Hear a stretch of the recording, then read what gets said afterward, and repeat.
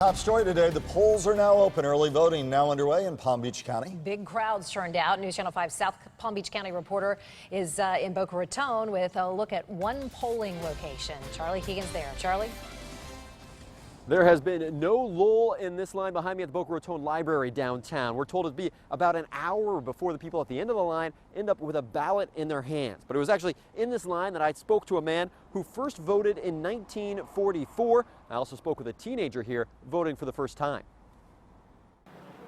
The lines formed early and stayed long all day. But Jerome Goldenberg told me he believes voting early will be easier than voting on Election Day, November 8th. I didn't want to miss voting altogether, so I figured this is the best way. And Goldenberg hasn't missed voting since 1944, when FDR was in the White House. This has been the most exciting election period that I've encountered in my life.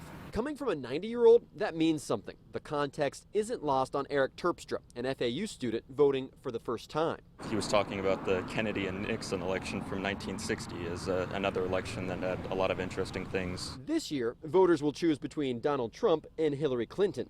Goldenberg told me he doesn't agree with anything Trump says. Abortion, immigration, health care, I don't like any part of it.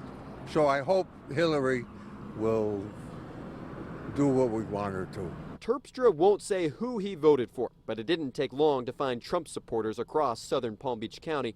Many say he'll bring a fresh culture to the nation's capital. Somebody that's going to change it and is going to, like he said, drain Washington. In about 1 hour, when these polls close at 7 o'clock, we'll have a better idea from the supervisor of elections of how many people voted in Palm Beach County today. Now, if you're still waiting to vote and want to get out here early but want to avoid lines like this, told the best time to vote is in the mid-morning and mid-afternoon. That way, it's the slowest, and you can get in and out a little bit faster. In Boca Raton, I'm Charlie Keegan, WPTV News Channel 5.